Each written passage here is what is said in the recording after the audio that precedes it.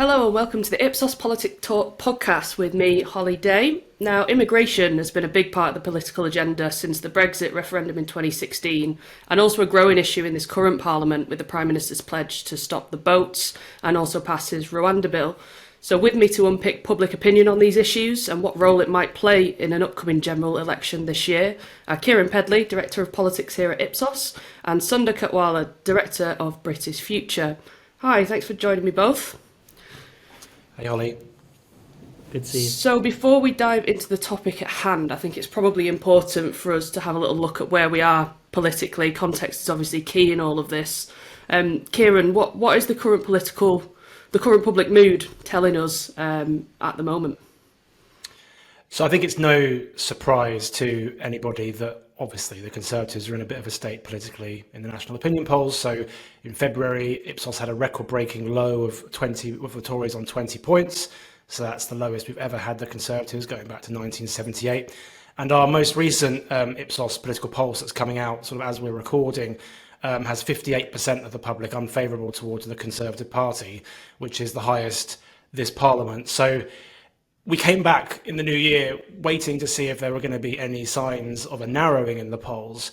That hasn't happened, and if anything, things are moving more in Labour's favour. On the topic today, I mean, immigration, obviously a huge hot topic in the last sort of few years, as you mentioned in your intro. In our Ipsos issue index, we tend to see immigration as around fourth in terms of the issues the public think are the most important facing the country, although there is very much a big four, as I call it, in that regard, with the cost of living, the economy and the NHS. But what I think makes this a particularly strong issue politically for the Conservatives is that Conservative supporters tend to rank immigration top or around that number, and this creates a bit of an intense political discussion around what role immigration should play for the Conservatives, particularly as they try and win back some of that 2019 Conservative support that they've lost. So a bad spot for the Conservatives at the moment, and obviously one of the driving issues of that is the topic we're discussing today.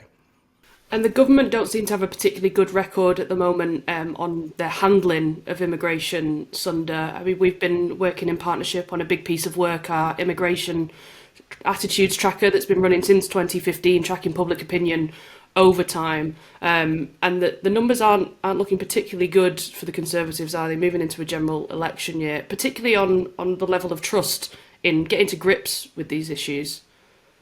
We've got the highest level of dissatisfaction with government performance that we've seen at any point in this series, going back to 2015 and before the Brexit referendum. So that, you know, there are different drivers of the mistrust. There are the levels of immigration, there is the asylum and boats issue. There are also different reasons for the mistrust. People with more liberal views actually think the government's too harsh. People with quite tough views think they're not, achieving anything in particular. So it's a very tough environment for the government because they're in charge, and everybody's unhappy with them about something. And we do see as well, it's not just the Prime Minister that's suffering in his poll ratings on that. We also ask about other political individuals, including the current Home Secretary, James Cleverly, previous Home Secretary, who was obviously Suella Braverman. Their ratings are particularly low compared to Rishi Sunak on kind of trusting them to actually deal with the issue that is immigration, including all of those facets that you talk about, Sunder. It's interesting, though, that Keir Starmer comes out on top. It's worth saying, coming out on top with 31% of people thinking that he would do a great deal or a fair amount to deal with this issue. So not an overwhelming majority by any stretch. But him and Nigel Farage sitting at the top of that list, I don't think is surprising compared to some of the other polling that we've done, Keiran. But Labour are going to have a position on this at some point, aren't they, given, as I said in the intro, we're moving towards a general election year. What do you think their position could or should be as we move throughout the year, and what is it that they could possibly do to tackle this issue and get to grips with it in the minds of the public? So I think 31% trusting you isn't a great number. I think that's Keir Starmer's number or thereabouts. But at the same time, in a first past the post electoral system, you've always got to bear in mind that whilst this doesn't overlay with voters completely, if you can get 40% of the public to back you on a particular topic, then that's maybe not as bad as it sounds. I mean, Boris Johnson always used to have this where he was quite a polarising figure. Polarising doesn't necessarily mean bad things in in our electoral system. I think for Labour, there's two ways to look at this. I mean, in the run up to the election, they're probably covered a fair bit by the fact that the Conservatives are just so unpopular and so distrusted even by their own side on immigration. So, I imagine Labour won't want the whole campaign to be about it, but they'll feel like their perceived Tory incompetence, let's say, will get them through the day. Where I think that they may struggle, and perhaps we'll come on to this a bit later, I don't know, but it is in office, because, as you rightly say, Labour aren't trusted. The majority don't trust Labour on a range of topics regarding immigration. Once you own the issue, and the Conservatives are sort of freed from the shackles of government and can say what they like, then it could become a very toxic issue for Labour very quickly, I think. And migration is seen to have a positive impact on Britain. We've been tracking this in public perception over time. More think that migration has had a positive than a negative impact, although we have seen a bit of a change in the numbers here, haven't we, Sunder? And there are particular differences between people who voted Leave Remain, between Conservative supporters and Labour supporters as well. Yes, I think what this tracker shows us is that we've seen that long-term softening and warming and dipping of salience starting to reverse a bit, starting to harden a bit for different reasons, but now a big partisan split in who it's hardening with. So, in a way, this election's quite different, I think, from the last election. On different sides. The last election was about Brexit, and you might have really liked it or really hated it, and so on. Here, this isn't an immigration election for most people. It's the cost of living. There's an intense group who want it to be an immigration election. They're quite torn, really, because they tend to be dissatisfied Conservatives who are thinking about reform. So certainly the politics are much, much tougher for Rishi Sunak than for Keir Starmer, partly because of having, office, but also partly where the heat and the pressure is. So Conservative voters twice as likely to say it's a priority here. It's up there in the top three. In this tracker, it's the 12th issue for Labour voters. So certainly you'll need to have answers on it in government, but you're just not under nearly so much pressure.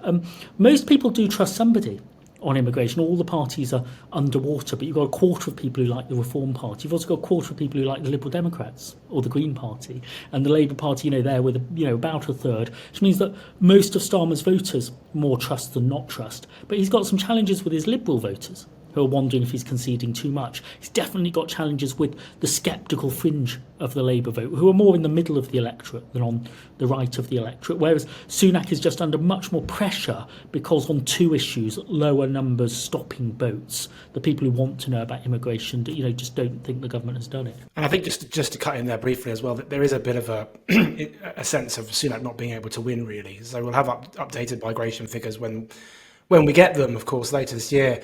But he's never going to win an arms race with Reform UK on what the policy prospectus is at the next election, and particularly if Nigel Farage is going full throttle on Brexit being portrayed and all this sort of stuff. So it's a really, really difficult issue for the Conservatives at the next election. I agree, and to me, this is why they try and talk about things like tax a bit more. I mean, I know there's obviously an intense debate about this academically, politically, and so on, about what the best bet for the Conservatives is.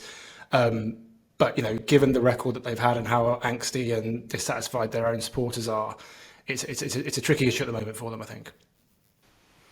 And I think one of the issues they've got at the moment, and this is certainly coming out in the tracker that we're doing, is that there is a pattern for kind of overall support for reductions in cold hard numbers of people. This has risen since 2022. It's back up to the sort of levels we were seeing in 2019, but below the levels we were seeing around the EU referendum in 2015-16.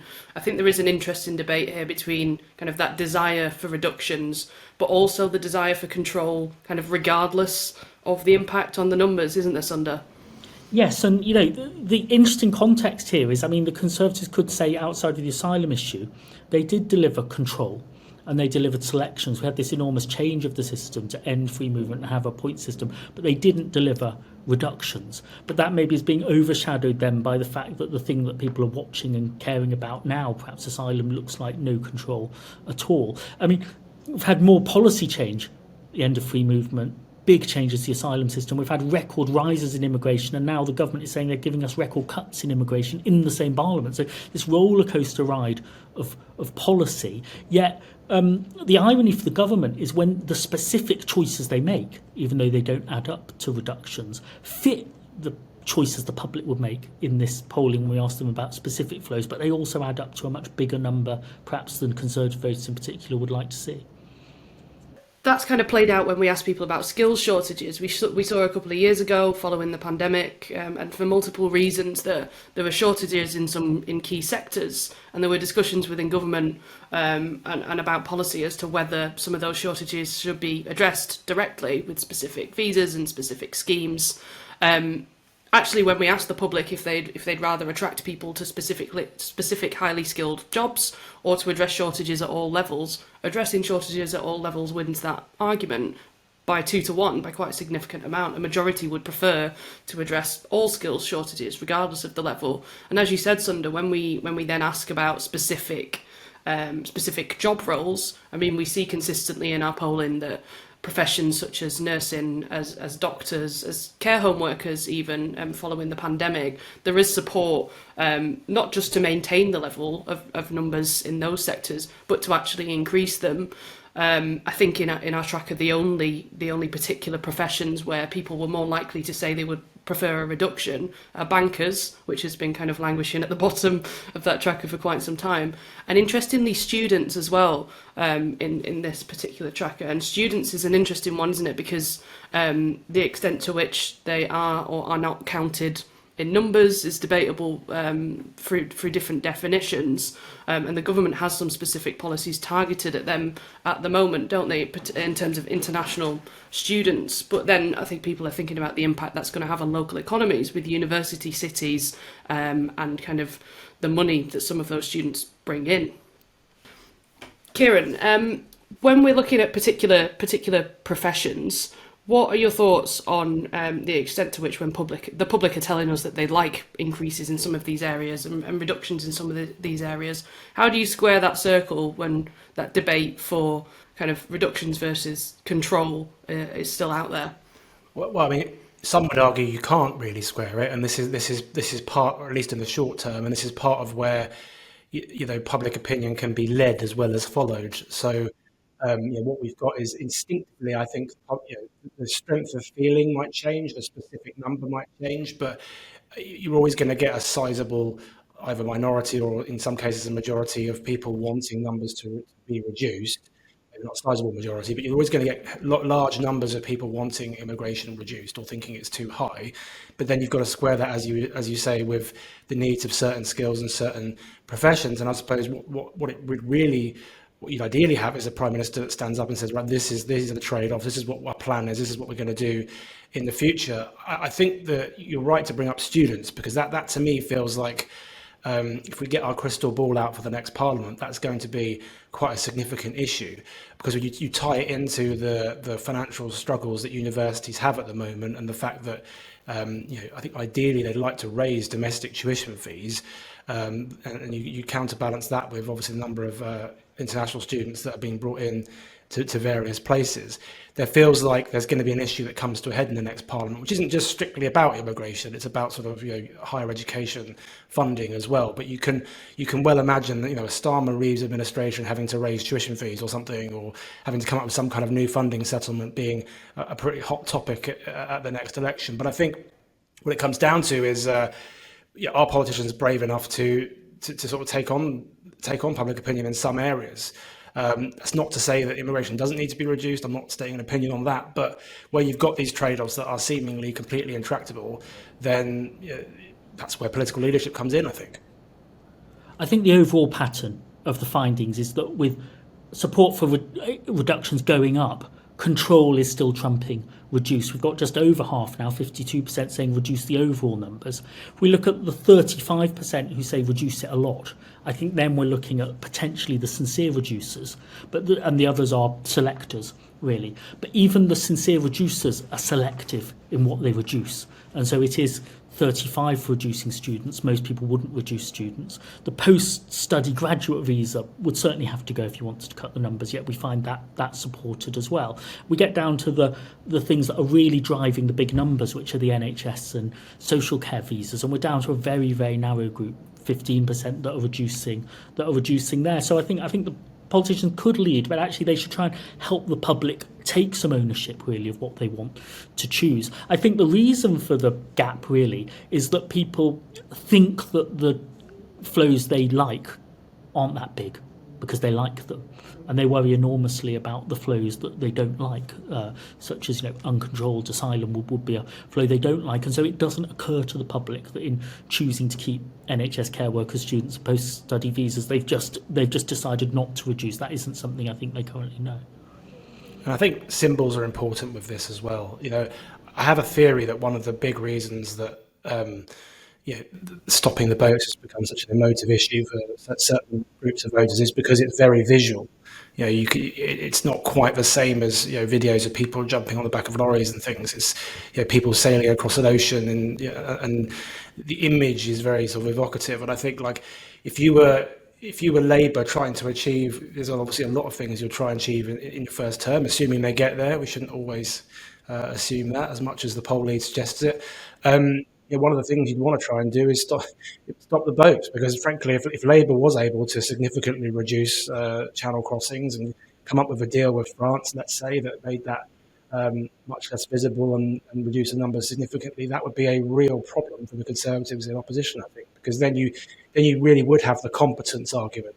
I think there are certain issues in politics, and we all know them, that each individual party is instinctively trusted on more than the other. In normal circumstances. We're probably not in normal circumstances on the immigration debate right now. But if Labour was able to show that they actually were able to reduce those crossings, then what the Conservatives have to say would become much, much harder for them, I think. Yeah, and I think one of the reasons the Conservative Party are particularly struggling at the moment is because they have made Rwanda their flagship policy. It's being debated in Parliament as we speak, being ping-ponged between the houses, the House of Commons, the House of Parliament, amendments flying all over the place. When we do ask the public about this, more are supportive of kind of the principle of the Rwanda scheme when we present it to them than not. But it's interesting, Sunder, isn't it, when we get into the nitty-gritty of then asking them, okay, well, if you're in support of it, do you think it will genuinely kind of provide that deterrent that the government is telling us is the purpose of the policy? Do you think it's going to provide value for money to the taxpayer? And do you actually think, crucially, and we talk about this a lot on the podcast, don't we, Keiran, is there going to be action? Is there going to be a resulting flight off the ground by the end of 2024? And our numbers at this time don't seem to be positive on either of those three fronts, do they, Sunder? No, I think the tracker explains why we have a very polarised political debate. In a way, it explains why the government is making an issue of Rwanda and asylum, but it also explains why it's been very challenging for them to make that work. The public are split, certainly just on whether they have sympathy or not for the people who cross in boats. Equally split, but 2/3 of Conservatives, not much or none. 2/3 of Labour, quite a lot. Or very. And then on that basic principle as well, is it the way you came that matters more than the strength of your claim, or is it the strength of your claim? You see a split by party. So the right would like to see this happen. The left are doubtful this is the right way to do it. And then there's a consensus across that of it's probably not going to happen, or it won't be that much of a deterrent, or is it worth the money, or so on, which are about the practical issues. There's practical scepticism from people who'd like it and people who wouldn't like it. Even among the Conservatives, it's quite contingent, really, because half of Conservatives like the kind of scheme that is being proposed, which is that, if you've come here without permission, we'd like to send you to Rwanda. Depends how you can do it. And others are on the fence, really, and would like to see a distinction between genuine refugees and not. On the Labour side, it's much more that you would scrap or soften the scheme rather than use it. You might consider this kind of thing for failed claims, but you shouldn't be considering this kind of thing for genuine claims. So there's an underlying division on the principles, but a lack of credibility, I think, of a scheme that hasn't happened.